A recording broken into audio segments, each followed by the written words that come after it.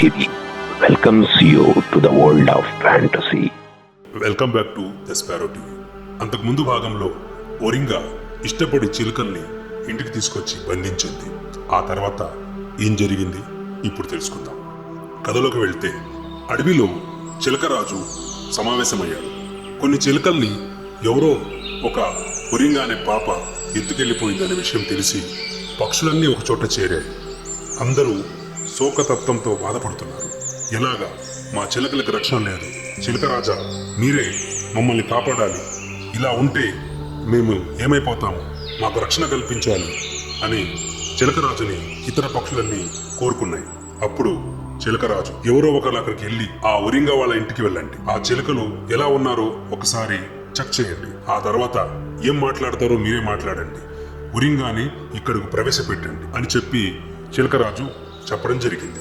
చిలకరాజు ఇచ్చిన ఆజ్ఞ ప్రకారం రక్షక భటులైనటువంటి చిలక భటులు ఎగురుకుంటూ ఒరింగా ఇంటికి వచ్చారు. అంతకు ముందు చిలకలు పట్టుకుంటున్న ఒరింగాను చూసి ఎక్కడ తీసుకెళ్లిందో ఒక చిలక దారి చూపించింది. ఆ విధంగా చిలక భటులు అక్కడికి చేరారు, తలుపు కొట్టారు. ఒరింగా వాళ్ళ మమ్మీ తలుపు తెరిచింది. ఒక్కసారిగా కంగారు పడింది.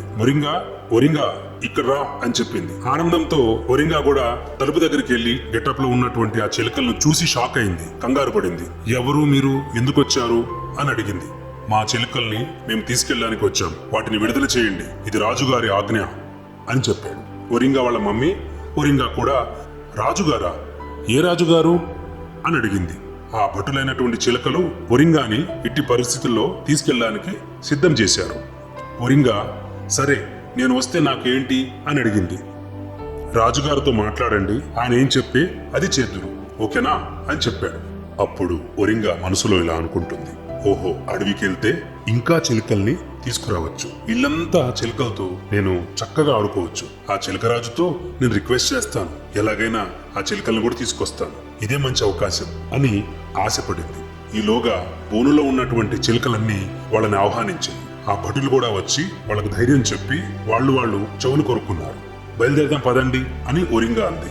ఇప్పుడు రక్షక భటులైనటువంటి ఆ చిలుకలు ఒరింగాని తీసుకుని అడవికి బయలుదేరారు.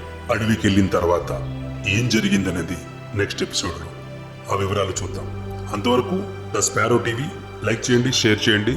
Take care, by by.